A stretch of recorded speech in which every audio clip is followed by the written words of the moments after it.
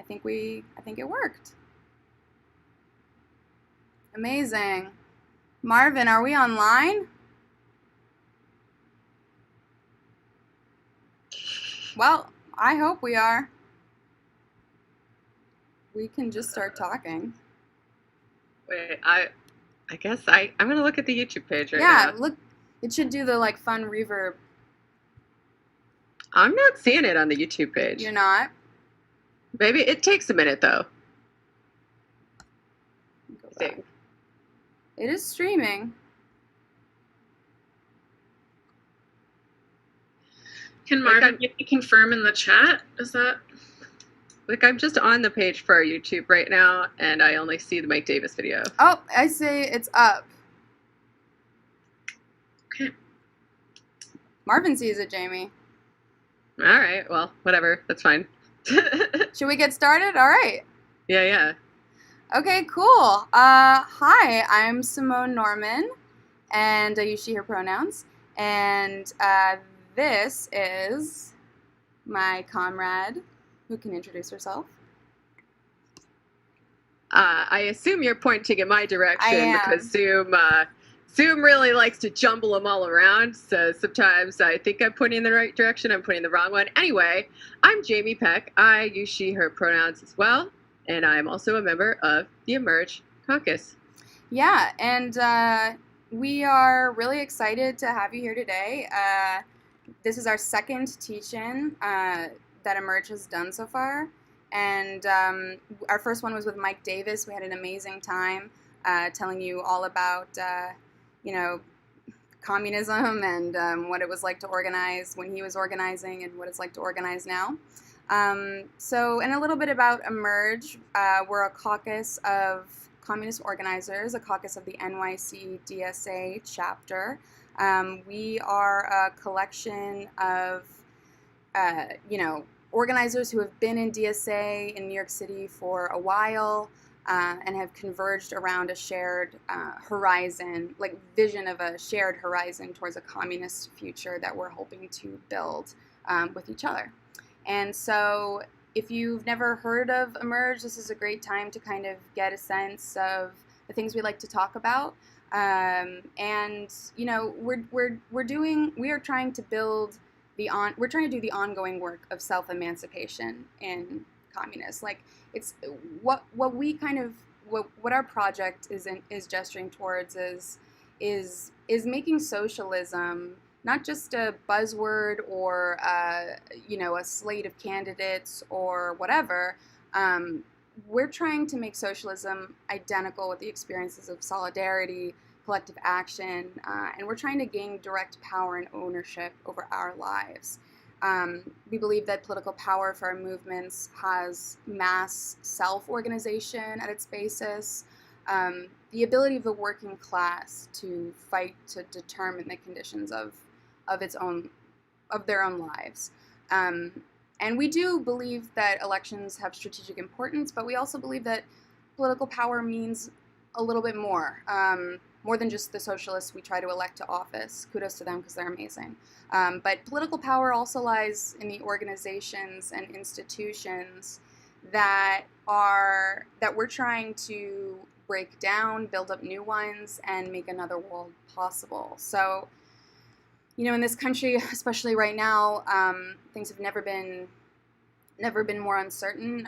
There's working class disunity and division in every corner of this country, and we believe the starting point for a socialist strategy is to recognize that, that struggle may be characterized by particular and specific demands, and we have made those demands on our website, which I believe is like DSA emerge.org or dsa.emerge, dsaemerge.org, and you can check out those demands. Some of them include the abolition of ICE, the defense against police terror, the abolition of prisons, and a socialist feminist society, all of those things. But, we know, just because we know the working class is divided along many lines doesn't mean that we want to stop there. We want to change these institutions on every level, not just among the lines of division that include race and geography and vocation and gender, disability. All of those things are incredibly important and should be at the intersection of these struggles. But each one of those struggles have their own independent vitality and validity, and it's just too much, and we are only going to make these grouped aspirations achievable if we build that mass base that unites these emerging struggles. And that is where our name Emerge comes from. And we're trying to do it all. No one person, no one caucus, no one organization can do it all, but we need to fight for this shared communist horizon that we all believe is the only just way to live in this world. And so we're trying to lay the foundation for that every day. And if you want to join us, please contact us, hit us up on Twitter or our Instagram, or message us through our website, and we can talk more. And with that being said, I will turn it over to Jamie to introduce our guest.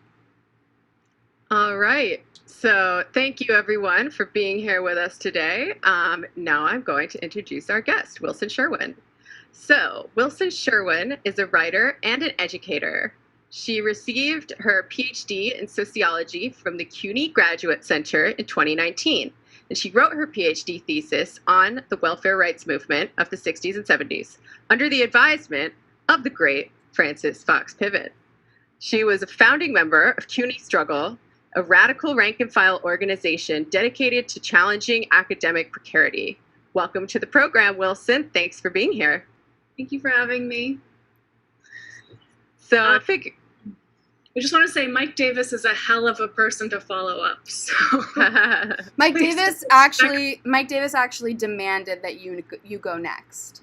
So we're really excited to have you. Great. Heck yeah. So let's jump into the questions. The first one is a pretty basic one. What are anti-work politics to begin with? Perhaps this is a good chance to dispel the common misconception that to have anti-work politics means you think people should just sit around all day, like jerking off and playing video games and generally shirking the tasks that make society run until we all die of starvation. Yeah. Although we don't want to talk too bad about video games and jerking off all day, because those are important revolutionary goals. Fair enough. Yeah. I like to use the definition of anti-work politics that a French communist, Roland Simon, provides for us, which is that anti-work politics seeks a world in which work is neither the condition nor the center of our lives. And I think that that's a really kind of fundamental way of thinking about why anti-work politics should be so central to a communist, to a sort of broader leftist project, which is the belief that people should not have to work or starve in a just society. And in my work, I'm really interested in sort of expanding what we think of when we think of anti-work politics, because I think that they've, somewhat to the detriment of the idea, I think they've been sort of too narrow, that really people think of it as though it means the absolute immediate abolition of work. And I like to center the historic left labor demand for the reduction of working time as a really key part of anti-work politics, which to me was, and I think to a lot of labor scholars, was the sort of one of the major guiding demands of the labor movement for most of, at least American, US labor history, but certainly other countries as well, right? And that we've really come away from that as a central part of a leftist project, is the aspiration to work less. Basically since the 30s, we've sort of abandoned that demand, and that we need to return to that, right? Yeah, I think some of the central demands of anti-work politics, as we have been reading about them in our caucus, include more work, better work, and less work. Can you unpack these a little bit? Sorry, some of the central demands of anti-work politics. Well, Can you hear me? yeah. I think anti-work politics really seeks to challenge the idea that the only thing that we can ask for is more work and better work, right? So that one of the central sort of demands should be actually less work, not just seeking to sort of improve or perfect work, but that we can really seek to have work take up a much smaller part of our lives, right? And that the demand, for example, for a 30-hour work week at a 40-hour pay is a really central piece of that. So I think anti-work politics is really intervening into what has become the norm in the last 70 years in the labor movement and the left, of sort of thinking that the only thing we can ask for is better work, or maybe, more of it, like more jobs, full employment, and actually saying that a key thing we need to be demanding is really less work.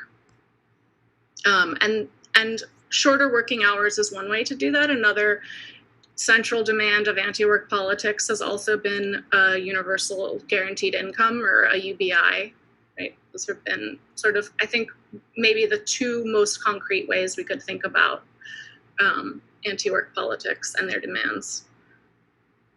Yeah. Let's get into a little bit of background and give folks a little bit of history. Can you take us through the welfare rights movement kind of in general, and tell us a little bit about why you decided to study it, and what your big takeaways from it were, and why it led you into this line of theoretical work? Yeah.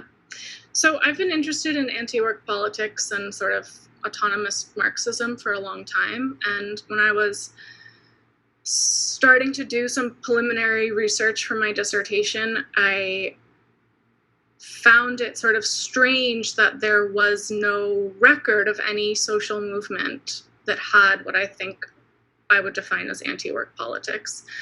And this became sort of especially weird to me in 2016. I was in France during the major protests against La Loi Travail, which was basically a sort of neoliberal imposition of all of these terrible transformations to French labor law. And the French, in typical fashion, came out by the millions and took over the streets. And basically the justification for these really regressive laws was that in order to reach full employment, the French government had to implement these shitty policies, right? And at these protests, one of the huge slogans that was reverberating through the Haussmannian boulevards was full employment stops with us. And basically the logic that was present in so many of these protests was if we have to do all of this horrific stuff that we don't want to happen, right? Cutting wages, cutting benefits, cutting basically all of the sort of gains the labor movement had made in the past 100 years in order to guarantee full employment. We don't want full employment, right? We don't, that's not actually our goal. Why would we want that if that's what this takes? And in all of the newspaper, every single newspaper was writing about these huge protests, and there was no mention of any of this, right? There was no commentary on the fact that people were really pushing back against this, saying maybe full employment shouldn't be our goal. That was sort of totally written out of it. And so it occurred to me that maybe there were lots of other moments in history in which people said I don't want full employment. That's not our first goal. Our goal is to live decent lives, and there are other ways of achieving that, right? If this is what it takes, if we have to sort of crush all of the rights that we have in order to have full employment, maybe that's too great of a cost. And the first place that I really started doing a sort of deep dive was the welfare rights movement, where a lot of folks have written about the movement and their demand for guaranteed income, but never sort of acknowledging that the demand for guaranteed income and sort of saying, like, we don't want jobs, we want you to give us checks and put more money in our checks and leave us alone, is like fundamentally an anti-work project. And sort of what it means to help develop like a repertoire that we can draw from to say, we don't have to reinvent the wheel every time we think about anti-work politics. We can draw from these historical movements that have had this kind of ideology at their center. And maybe I can talk a little bit more about the welfare rights movement more concretely, or yeah, that'd sure. be awesome. Like, who were they? Who, what, when, where, why, how? How cool were they on a scale from 10 to 11? 45. Wow, Jamie revealing her her feelings. Go for it. Yeah, so the welfare rights movement began in the sort of early to mid 60s in the US and was comprised really of these grassroots collectives that started popping up largely in cities across the country, in part inspired by the gains of the civil rights movement. A lot of women, because most folks who are on welfare were women because the conditions, in order to get welfare was largely basically being a single mother, started organizing against really intrusive, shitty policies. Some things like, they could like kick you off of the rolls for sort of any little reason. They would do these intrusive midnight raids to see if you had a man living in your apartment or even visiting, because then he should be responsible for paying for your children. Forced sterilization was sometimes a condition of people getting welfare benefits, right? So a lot of small grassroots organizing around these really, really messed up policies around welfare at the time. And the National Welfare Rights Organization was founded in 67 to sort of be an umbrella organization to attempt to coalesce all of these small grassroots mobilizations that were taking place across the country. And they had, with the help of sort of academics like Frances Fox Piven and Richard Cloward, and a lot of research that they had done showing that basically like 1 in 2 people who were eligible for welfare benefits were getting it. And so basically their main objectives at first were to ensure that people who were eligible for welfare could receive their benefits, and also sort of expanding the amount of those benefits. And they also had a broader sort of, I think, more radical project, which was the idea that if everyone who accessed their benefits, who was entitled to them, they would create a crisis in the system, right? That the sort of state implementation of these policies would collapse, and it would necessitate the federal government stepping in and saying, like, okay, all of these little state subsidies don't work. We need a general system for the whole nation, right? And that would be a guaranteed income, that it would be cheaper, that it would be more just.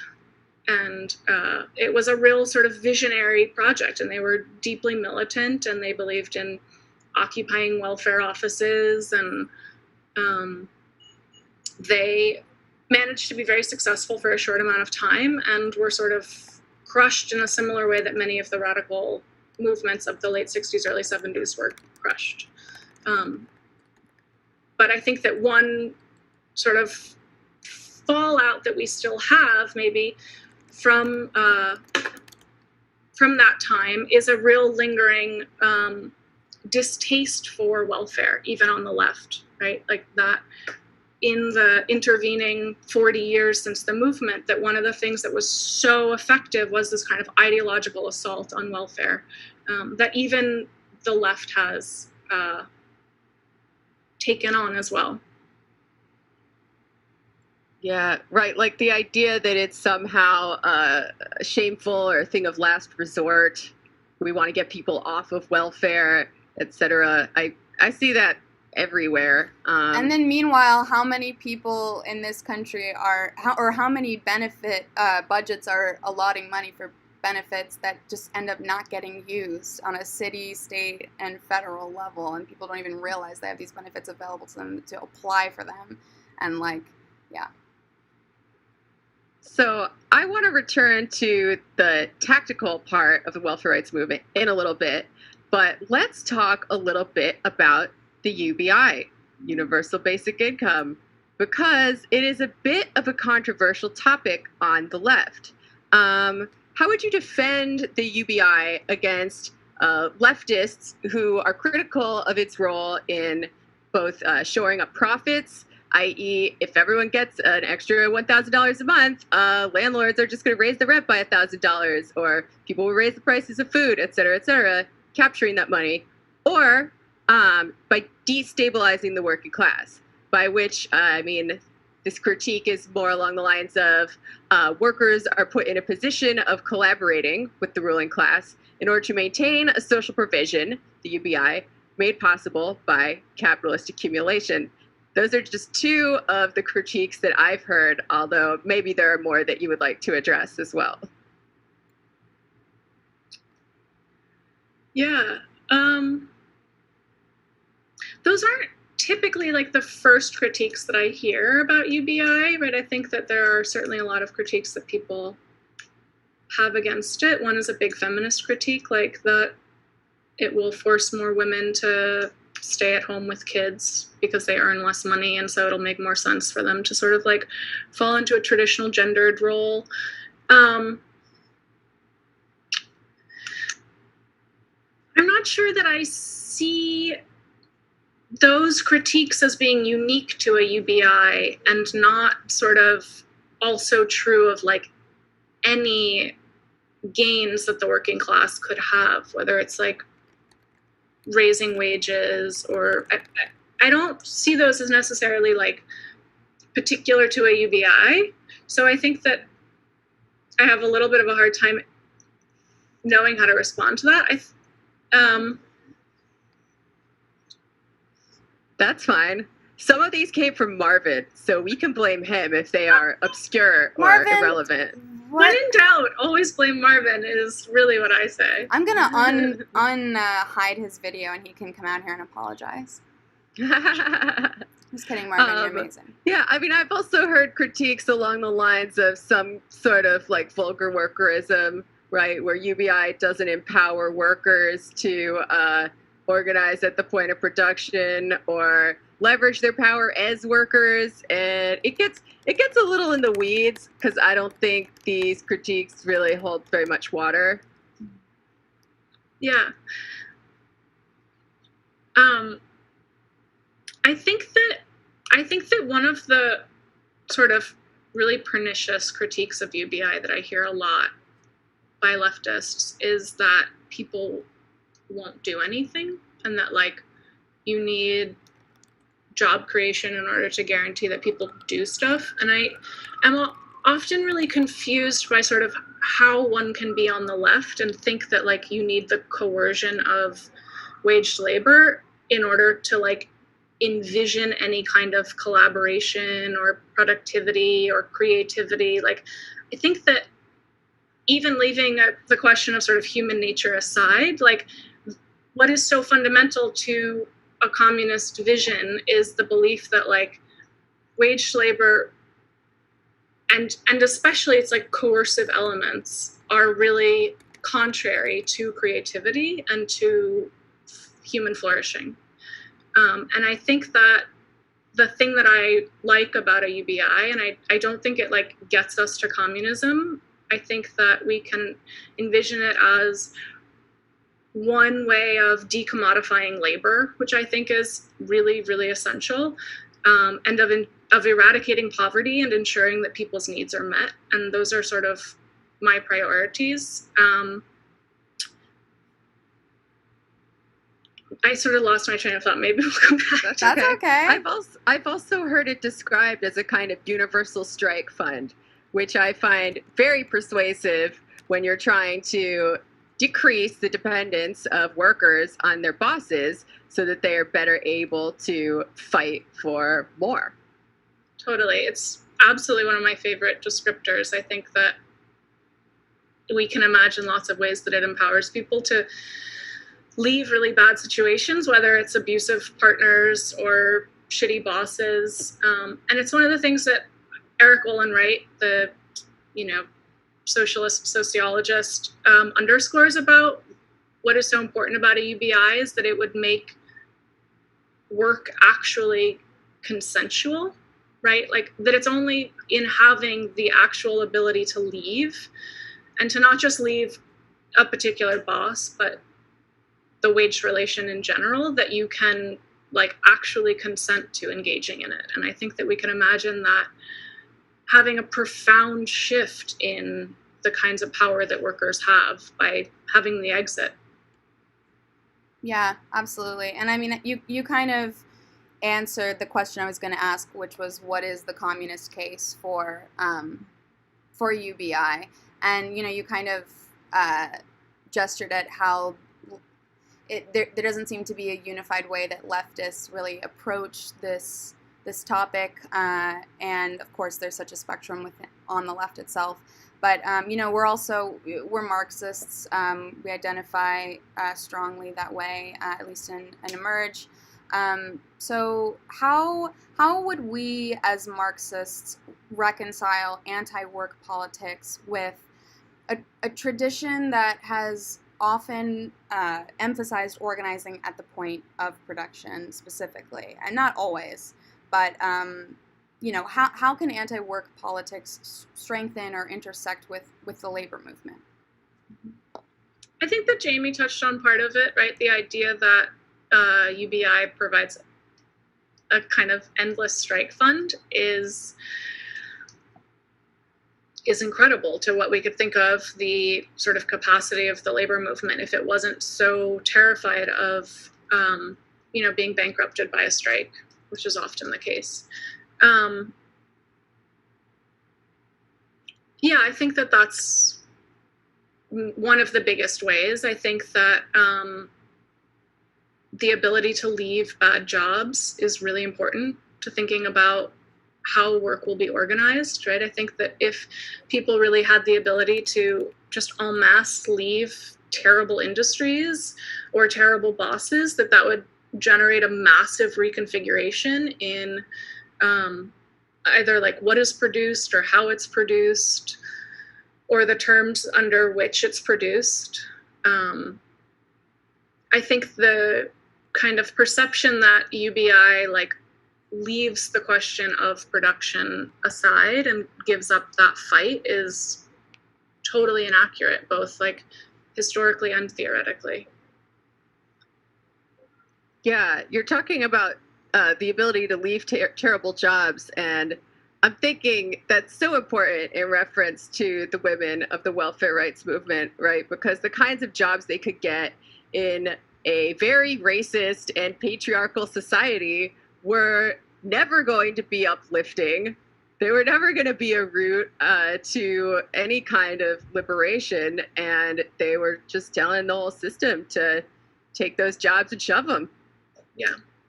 And the conversation around that time was very explicitly aware of that. So famously, a senator during a hearing for welfare benefits pounded his fist on the table and was like, who's going to iron my shirts?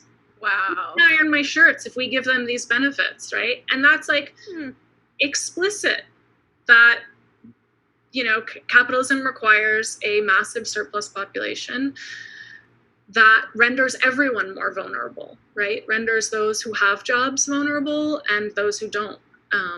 And the welfare rights activists were very aware of this. They were really aware of the sort of role that they played in society without good welfare benefits, of sort of serving as the, what Marx describes as the drag on the pretensions of the working class, right?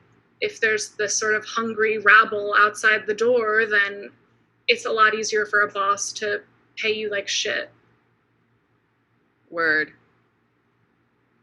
So let's move into talking about current events a bit. How has the pandemic that is currently ongoing, both as a result of the looming recession and the emergency unemployment benefits, potentially centered anti-work politics for us? What kinds of openings do you think it's created to talk about anti-work politics? Yeah. I think that everything that we are seeing about work and sort of what Kristen Ross calls the work regime during the pandemic is also true not during the pandemic, but is particularly heightened by it, right? And I think that that's important to keep in mind. One of the things that has been particularly notable and particularly grotesque is sort of this question of consent, right? Like, do people really have the choice to go to their jobs? And I think that we've seen this especially with the frontline workers, right? A lot of people have sort of rightfully pointed out, like, don't call them essential workers, call them hostages. They're not like choosing to go to work because they love it and because it brings them joy. They're choosing to go to work out of the threat that they will lose their apartments and not be able to pay their bills and not have enough food to eat, right? They are hostages of an economic system.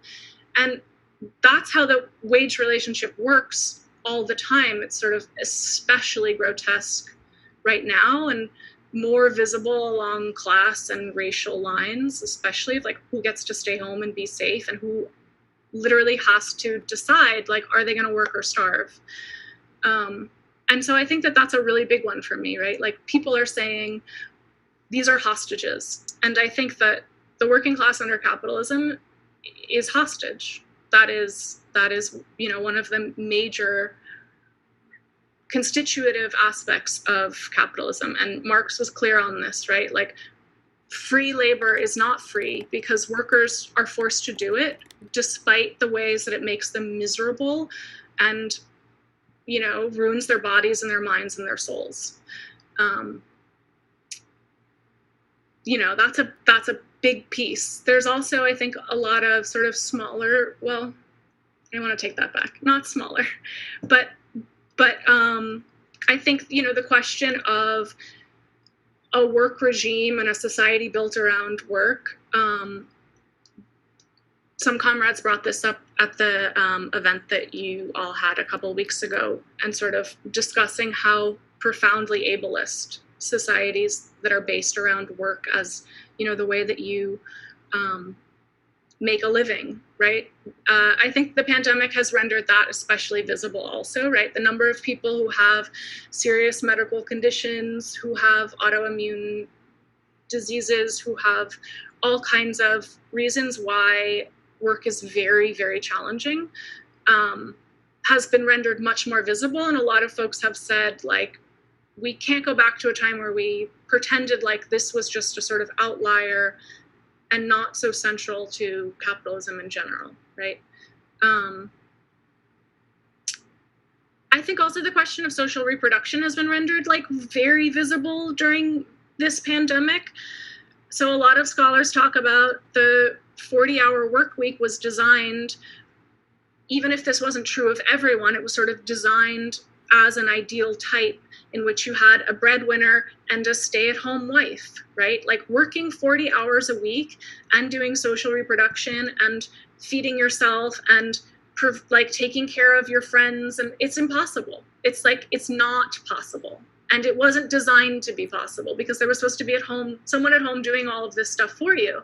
And I think the pandemic has made that like beyond visible, right? This is untenable.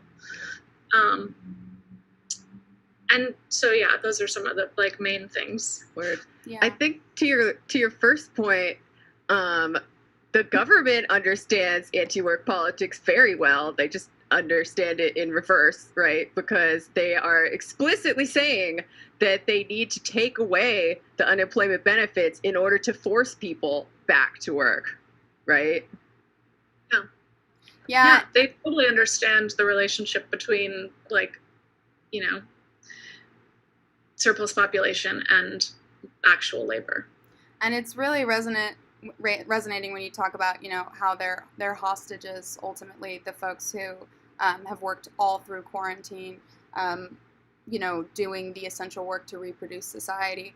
And it reminds me of the moment my mom was finally radicalized, where she's a social worker at a public hospital in the city. So she's I wouldn't say, you know, kind of not like not doing such, she's not being exploited to the degree that, say, food service workers and you know, transit workers are being, but like they let her and the other social workers go the first week of quarantine and do all over telehealth, be completely remote.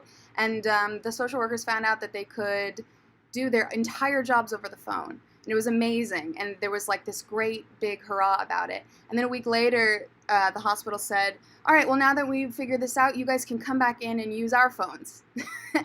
and my mom was like, it's like they want to surveil us. And I'm like, join Emerge, Mom. The idea that anyone would choose to be in, say, a subway or a public hospital at a moment of a pandemic, it was just so beyond. And it really, I don't know, it's upsetting because everywhere I go, I see these signs that say like, thank you, essential workers, and like, yes, thank you, of course, but they're not going there because they want to be our heroes.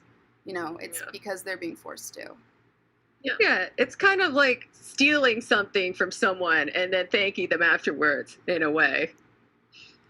Yeah. And I think the discourse around the essential workers, you know, like the applauding them at 7 p.m. or whatever, instead of actually providing them PPE and extra pay or, you know, any of the things that people have actually asked for. Like, no one asked to be applauded. They asked to not risk their lives. Is sort of like a hyper example of how the work ethic functions generally in society, right? Like, we sort of laud how like courageous and wonderful and amazing and dedicated to their jobs people are, but don't actually provide them with like security and stability and any of these things, right? It's like this poor compensation for actual safety and stability always. So I'm going to jump ahead a little in the sheet and ask this question about the environment, because I think it's on a lot of our minds right now, considering the rolling climate crisis and various efforts to stop it. So how can we think of anti-work politics in ecological terms in relation to degrowth, as well as the Green New Deal, which includes a federal job guarantee advocated by many socialists to combat climate change? Mm-hmm. Yeah, it's a good question. I think one of the kind of most immediate demands that folks could put in the front of their minds as combining like anti-work politics and the environment is like a 4-day work week. And lots of studies have shown that that alone would reduce carbon emissions enormously by the amount of cutting back on the amount of commuting that people would be doing, cutting back on, you know, all the emissions of office buildings. And I also think that what a lot of us have seen during the pandemic is, well, those of us who have, you know, lost our jobs or not found jobs and have had more spare time, have seen that you can make do with a lot less and be sort of content and happy if you have more time to do it, you know. And I think one very clear example of this is like the difference between cooking your own meals versus like ordering takeout for everything, and the ways that work really encourages us to do stuff that is quick but very wasteful, whether that's like taking a cab instead of biking or taking a long walk. You know, like time is so scarce, especially with the amount that people have to work in order to support themselves, that they have to resort to a lot of time-saving things that are very wasteful, whether that's like takeout or transportation. And I think that there's so many ways that we would do things differently if we weren't under the pressure of having no time. Yeah, or those things are straight up exploitative, right? Like an entire underclass of gig workers has arisen precisely because the workers who are one rung above them don't have time to cook their own meals. And it seems really obvious that all of these people should be uniting and fighting against this this cockamamie wage system. But what do I know? Yeah. I'm gonna shift to another really upsetting, pressing, relevant, current moment issue. There's a long list of them. I'd love for you to talk a bit about how anti-work politics might intersect with the rebellion for Black lives that we've been seeing here in the U.S. this past summer. Obviously, well before that, but at a degree that has been way further heightened and given way more coverage and has been way more brutal. How might anti-work politics intersect with this rebellion and other uprisings around the world that are occurring outside of the traditional workplace? Yeah. So I think the question of like how anti-work politics and police and prison abolition intersect and are intertwined, like we could do a whole hour on that easily. I think there's so much there. Just importantly, and I think also connecting back to, I think both of your earlier questions around like, is our anti-work politics sort of distinct from labor struggles at the point of production? One of the major incredible benefits of less work is that people have time for political mobilization. And I think there has been like absolutely nothing more clear than in the past few months when 50 million people have lost their jobs. We also happen to have seen the largest, longest, most sustained rebellion in US history, right? And I think that sociologists will probably study this for the next 15 years, doing surveys of like, would you have attended 15 protests in 2 weeks had you had a job that you had to attend for 40 hours a week in order to determine whether like my theory is correct? But I think it's like undisputable that this came about because people were angry and, many institutions were losing legitimacy, but also people had the time to be out in the streets and to be out in the streets consistently. And that it created a massive transformation in how people think about society, right? And I think that also, to the point of sort of ecology, is a major reason for fighting for less work, which is that the Green New Deal, like lovely as it is not going to stop our planet from being totally uninhabitable in a number of decades or centuries. It's going to take so much more than that. And personally, I think that the only way that the more than that is going to happen is by massive unrest, and that will be sort of encouraged by people having less time at work. And I think that this is something that bosses have always recognized throughout time. It's one of the major reasons why bosses have fought against shortening of working hours, is that less work goes very nicely with political mobilization. Hell yeah.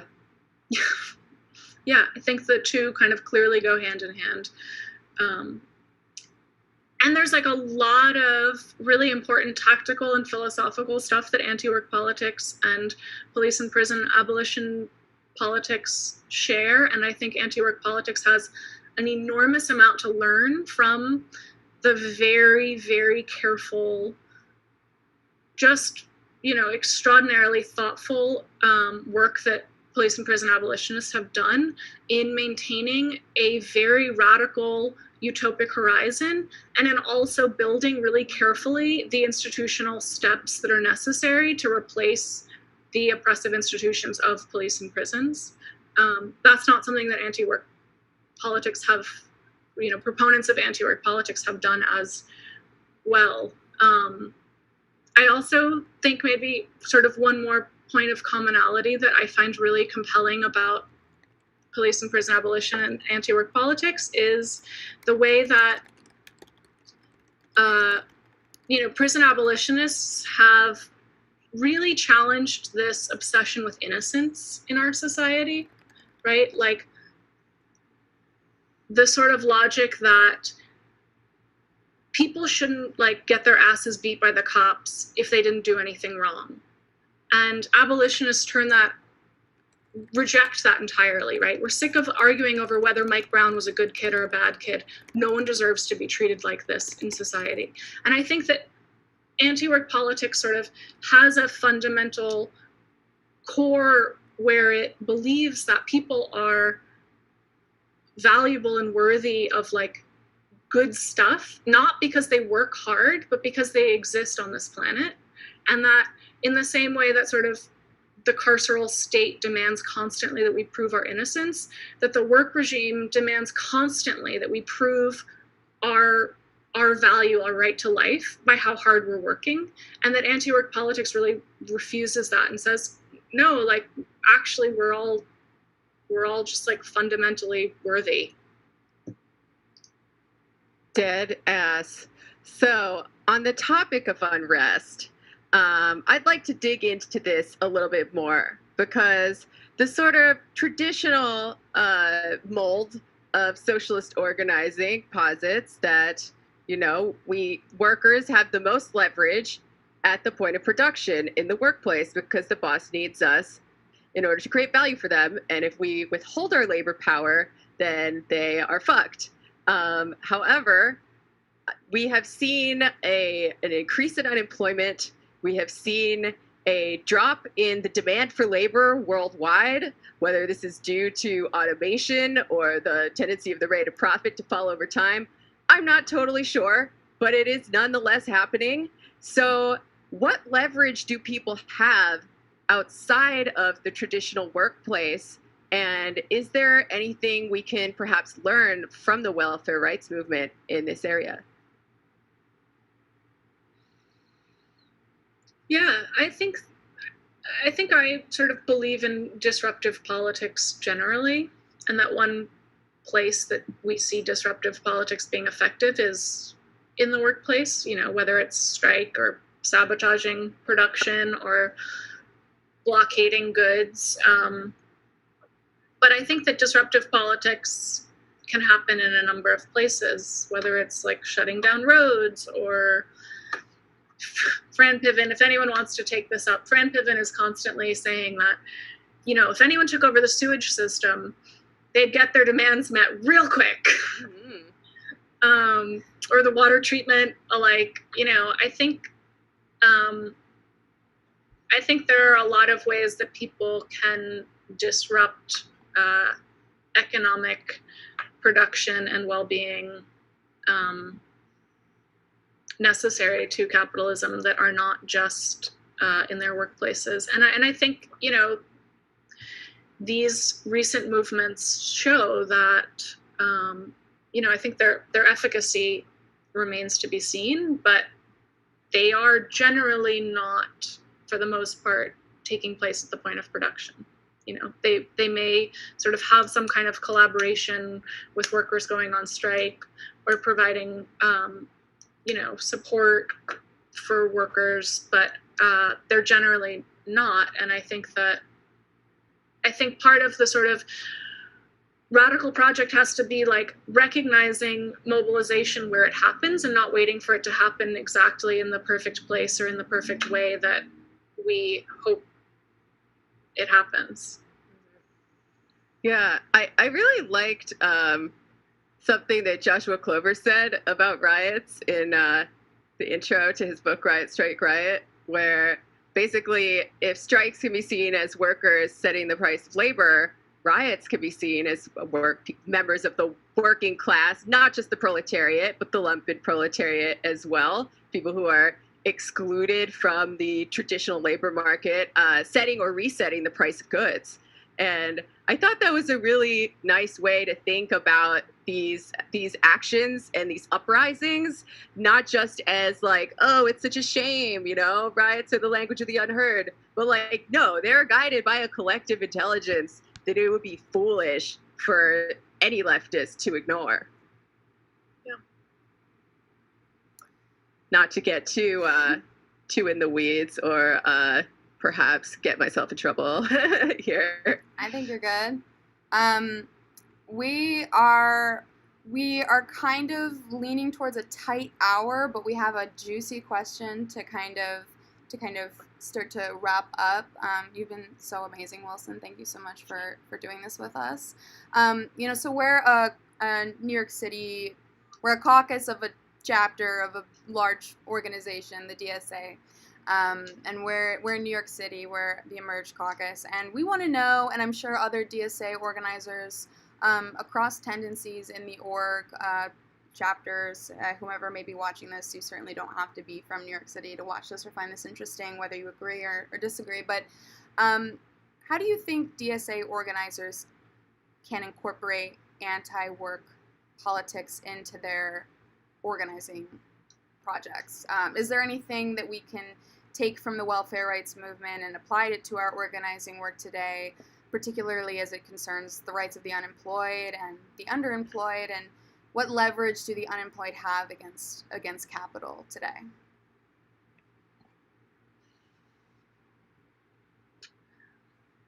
Yeah, I think maybe as a sort of guiding ballast, like having, in terms of things that you guys are endorsing or getting involved in, thinking about like, how can we reduce the amount of time that people are working? How can we sort of make it central that we recognize that 40-hour work week is untenable? And I think, one place is like insisting that the New Deal have a shorter working time and thinking about how much of an impact that would have on the economy as a whole if a project like the New Deal adopted a 30-hour work week, right? Like what a ripple effect that would have throughout the economy. Those kinds of things, certainly. I think there's a lot of ways that you guys are maybe already doing work to sort of challenge who is seen as the working class or the sort of legitimate working class who we should be concerned with, right? Like, is it just the factory worker, or what are working class concerns, right? I think is something that you guys are doing a good job of expanding, and that the right to live and to not have the sort of compulsion to work or starve, like, should be a working class demand, is a way of expanding, like, who is part of the concern of our socialist vision. And I think that extends to the unemployed, or, folks who are differently abled. I think it's like a way of expanding who our sphere of concern and also our sphere of influence is. Word. So I think we're going to take a few questions from the audience because we have time. And here's one right now. Question. What are some tips for broaching this topic with people who have a strong pro-work ethos? And I will add to that I think, the dignity of work or people's status or pride in their labor has been sort of an organizing principle of many traditional labor movements of the past.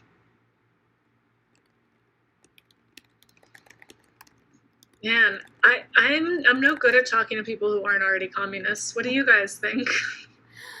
You mean talking to parents? Well, I think that, something that really helped me first understand the way that we think about.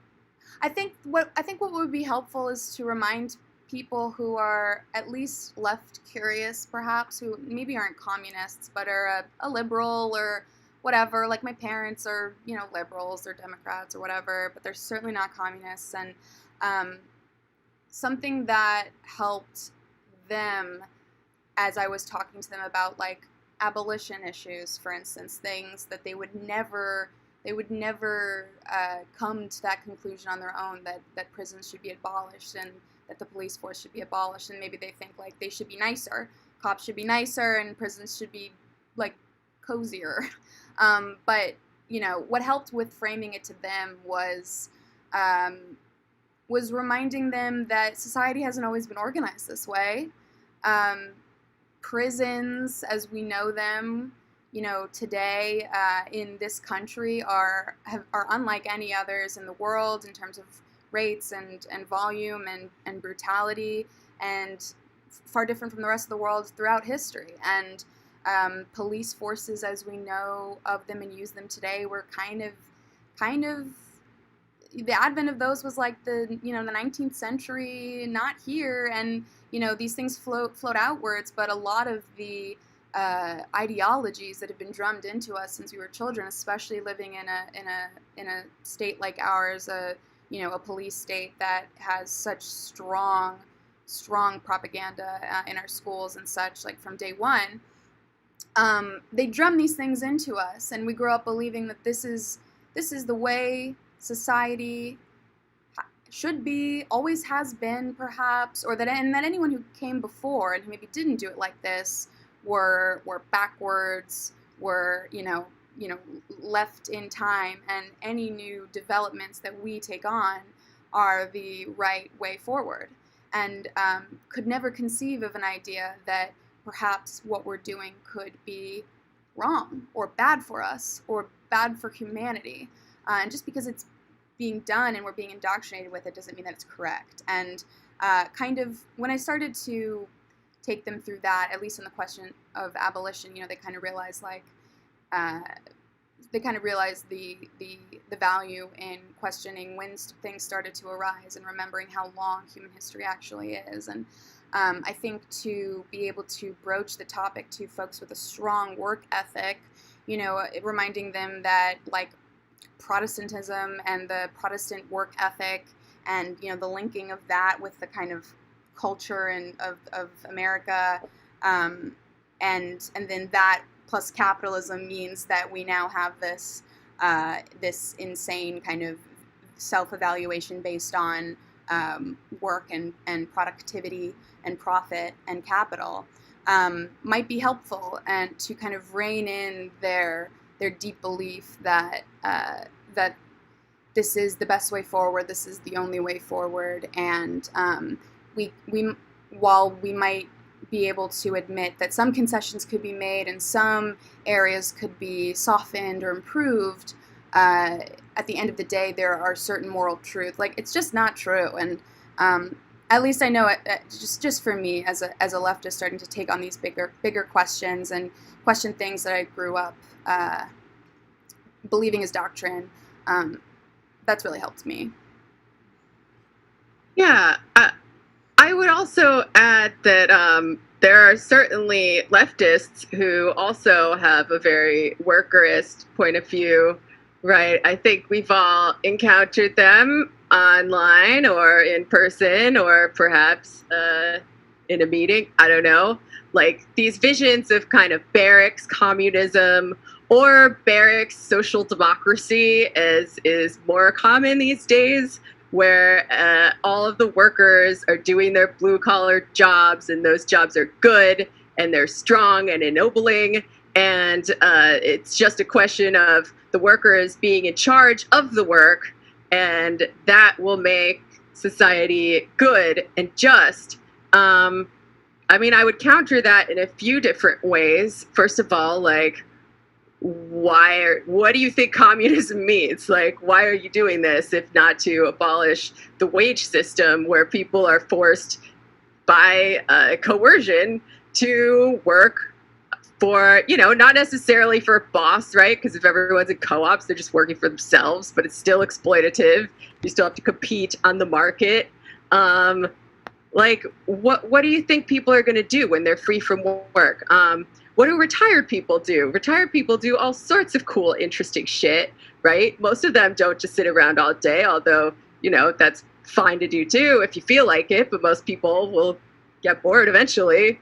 They do painting classes, they learn new things, they travel the world, and everybody has a right to do that. I think the idea that people won't work and society will fall apart if they're not being coerced into doing it, I think is an essentially capitalist and kind of dark view of humanity.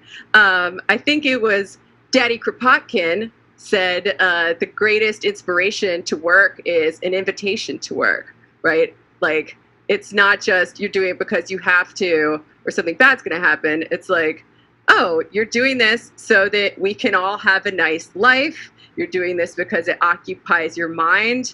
And humans are very deeply collaborative creatures. Like, I understand the hesitancy to really engage with stuff like evolutionary psychology, because every time you hear someone talking about it, it's some fucking misogynist asshole like Jordan Peterson or someone using it to justify sexist bullshit. But like, the fact is, we evolved for most of our history to be deeply cooperative and deeply social animals, not because it was the right thing to do, but because that's how we survived. And I think there's plenty of evidence that the reason why we're all so fucked up and anxious and depressed right now is because we are atomized and we are lonely and we miss each other, living in a society where all human relationships have been subsumed into the market, the relationships of the market. And, Marxism is about examining social relations first and foremost, and hopefully fixing those relations. But I think what our evolution tells us is not necessarily that we are naturally altruistic or naturally good and we need to return to this like pure state of nature. I think it shows that humans are remarkably adaptable and we have the capacity to cooperate in a communalistic way when there is a survival impetus to do so. And I think, judging from all the evidence, we have that survival impetus right now. It is essential that we overthrow capitalism in order to save the world, basically, and keep everyone from help everyone survive in a non-immiserated capacity, right? Because what's probably going to happen is not that the sun's going to engulf the earth and everyone's going to burn to death from climate change. What's probably going to happen is that things are just going to get really shitty for the vast majority of humanity. And it's already pretty shitty for a lot of people.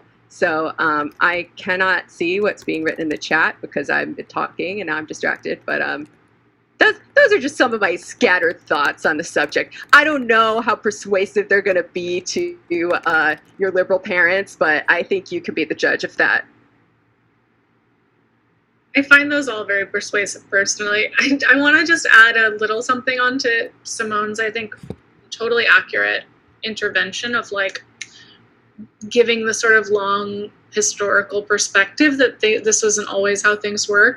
So in the late 1880s, when the IWW started pushing for this slogan of, 8 hours for what we will, 8 hours for work, 8 hours for sleep, which I want to underscore that was the demand of the labor movement in the 1880s, right? 8 hours of work. They situated it as sort of one of the ways that they justified this was to say, this isn't like a totally crackpot idea. This is based in the amount of time that studies have shown that peasants in the late Middle Ages worked 8 hours a day, right?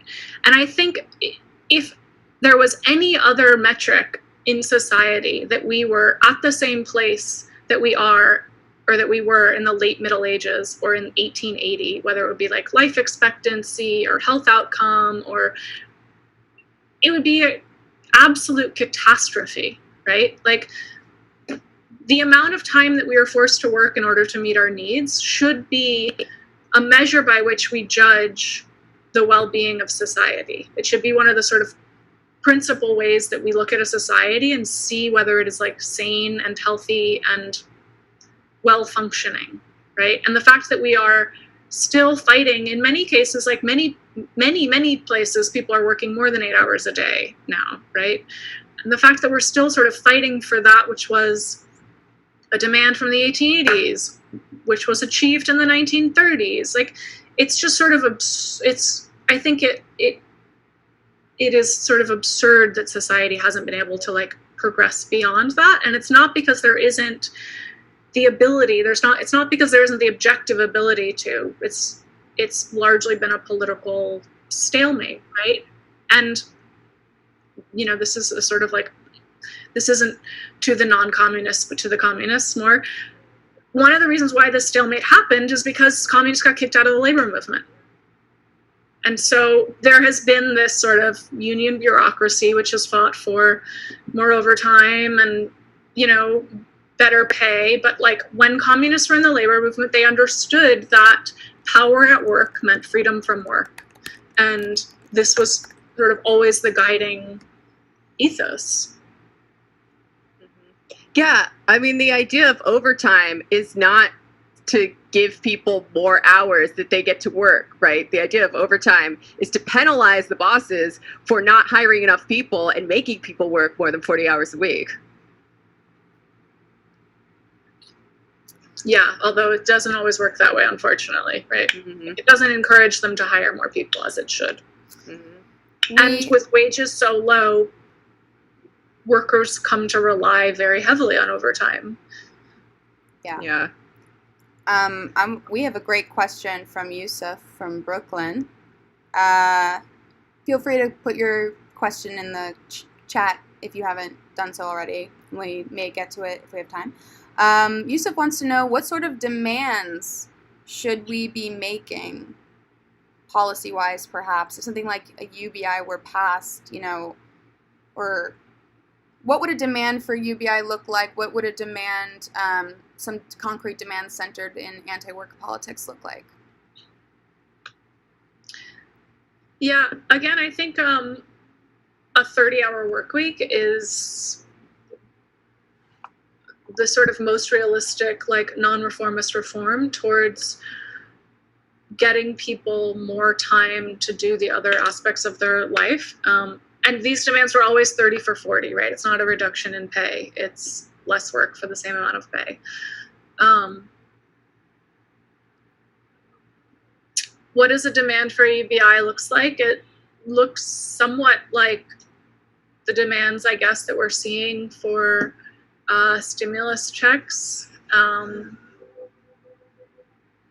It says if society cannot sort of, if the free market cannot provide us with the means of a decent life when left to its own devices, the state has to step in and like provide it in other ways.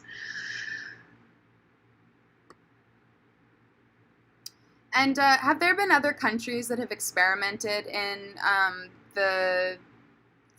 lessening the work week, maybe bringing it to 30 hours? And if so, how did those experiments go in terms of like productivity? I think that there have been a number of attempts at this recently, especially. They were sort of gaining in popularity before COVID, but now even more so. Japan, New Zealand, right? A lot with the work-life balance in mind, but also ecological concerns. And the studies that I've seen have sort of unanimously said that people are more productive, that people get the same amount done,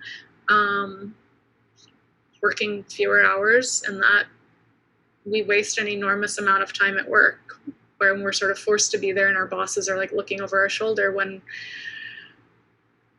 if we were working less, we'd get more done, I think is sort of like the resounding takeaway from all of the early experiments in this. And I think we have to be careful of that as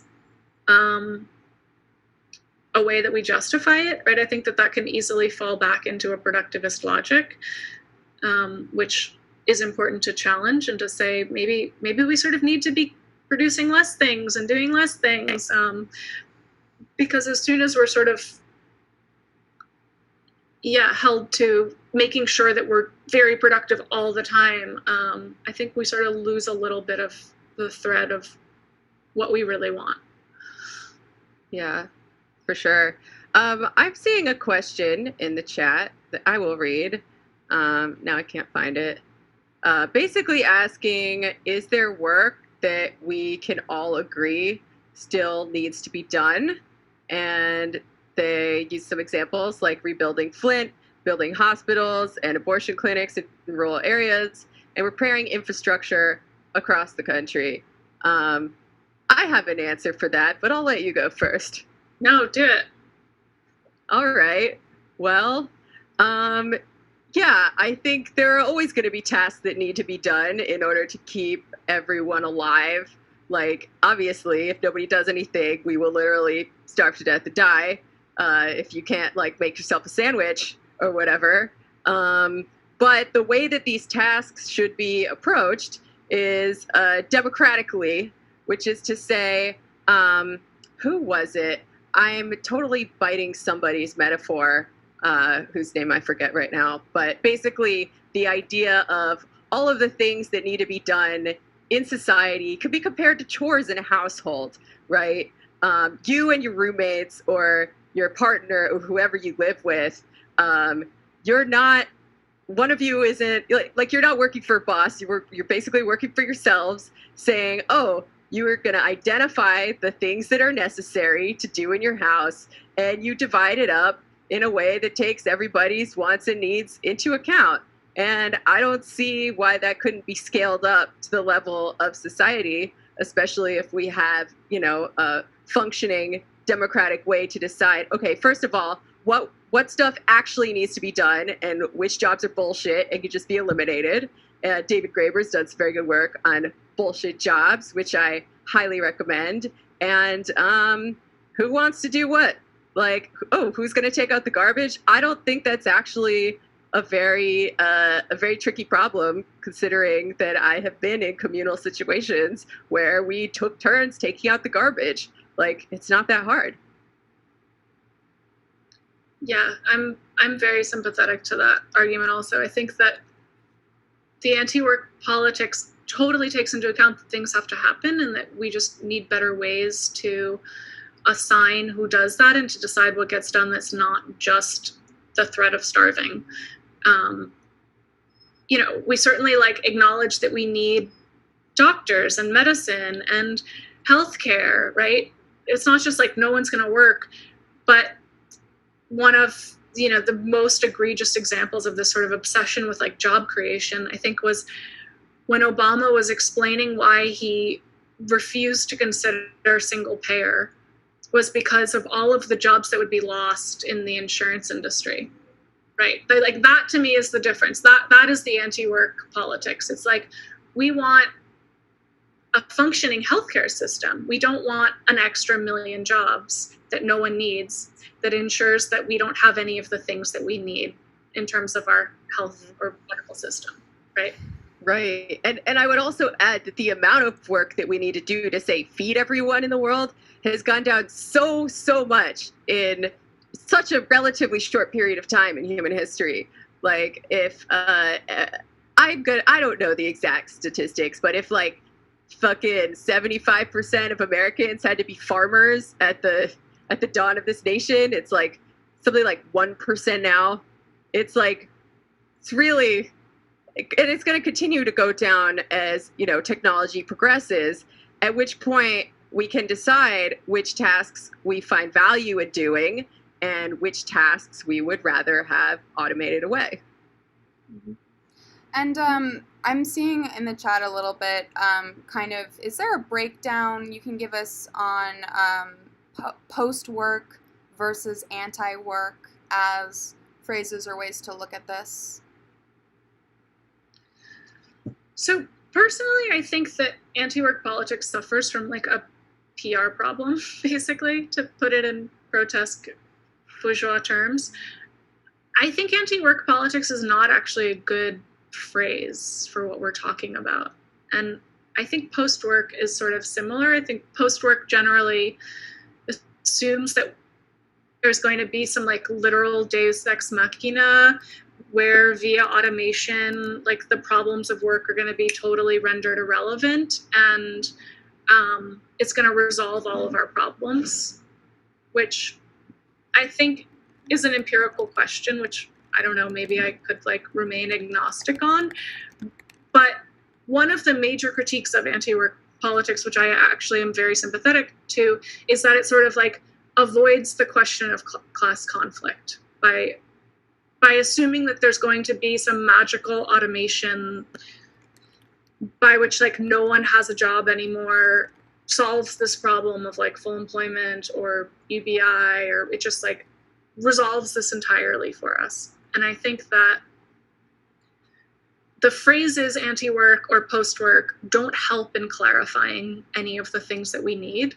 And, you know, while we're talking about sort of like concrete demands, I have a concrete demand that we figure out actually a better phrase for what we're talking about when we say anti-work politics.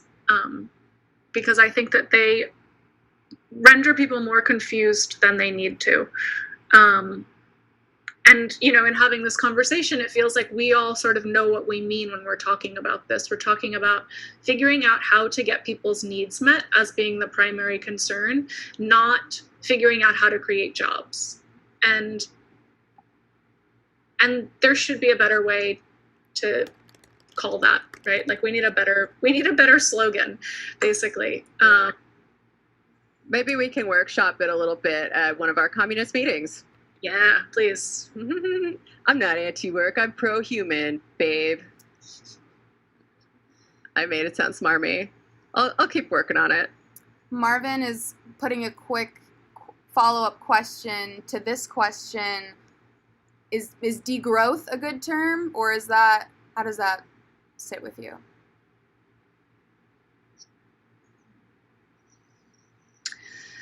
Degrowth is a sort of a technical question about GDP. And I think we could imagine a world where there's degrowth, where we're still really obsessed with making sure everyone has a job. So if everyone was sort of employed in reproductive arenas, we could sort of imagine GDP not growing, there being degrowth, but work would still be the means through which everyone secured their well-being, right? So I don't think that degrowth, those are separate things. I think that degrowth is an important part of the world that we need to move very quickly towards, but it's not exactly guaranteed that like a degrowth society would lead to like anti-work politics. All right. But I like the people already have so like possible phrases. Let's brainstorm. We'll brainstorm. So we are about at our time, and I think that we touched on a lot of really cool stuff. And as you kind of mentioned as we were speaking, there are so many different branches and threads that we could go off on hours more. So I would love it if you, Wilson, before we wrap, could give folks a great place to like check out your work or work that you admire if they want to learn more on this topic or engage it with you or any of your contemporaries. Yeah. Frances Fox Piven and I have an article that came out about the welfare rights movement, sort of emphasizing anti-work politics, which I think is an important intervention into a lot of these conversations, in particular showing historically that these women didn't want to just be stay-at-home moms or housewives, but really saw the sort of core piece of what their guaranteed income, their welfare checks enabled them to do was intense political organizing. And I think that is an important historical intervention into the sort of debates over like, what will happen if people have a guaranteed income? Only good things. Only good things. Depending on your perspective. I mean, if you're a boss, maybe not good things, because we're gonna, organize the hell out of people. Kathy Weeks's book, The Problem with Work, is very philosophical and I think great. I mean, it's incredible. It's mind-blowing. You should read it. And yeah, there's not a lot of empirical stuff out there on this question. David Kalninsky does some really, really wonderful work on the Manitoba experiments in basic income in the 70s in Canada, which also I think really helps us like understand these questions more empirically rather than just pulling ideas out of our ass. And Jamie McCallum has a new book coming out about how jobs are terrible and we should have less of them, which should be really good. I haven't gotten to see it yet.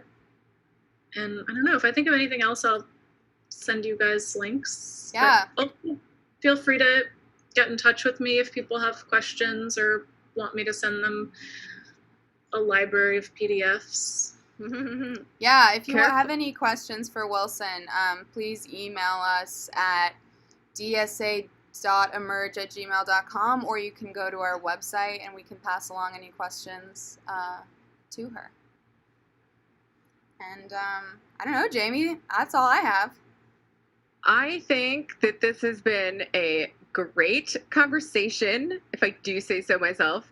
Thank you so much, Wilson, for joining us today. Thank you, Simone and Marvin and everybody on the Emerge Poly Ed Committee for helping set it up. And I hope everybody has a relaxing Sunday evening. Gearing up for work tomorrow morning. It's Monday morning. We're going to get up early and make coffee and put in 40 hours. So. Oh, boy. Oh, boy. All right, everybody. Thank you so much. Good night.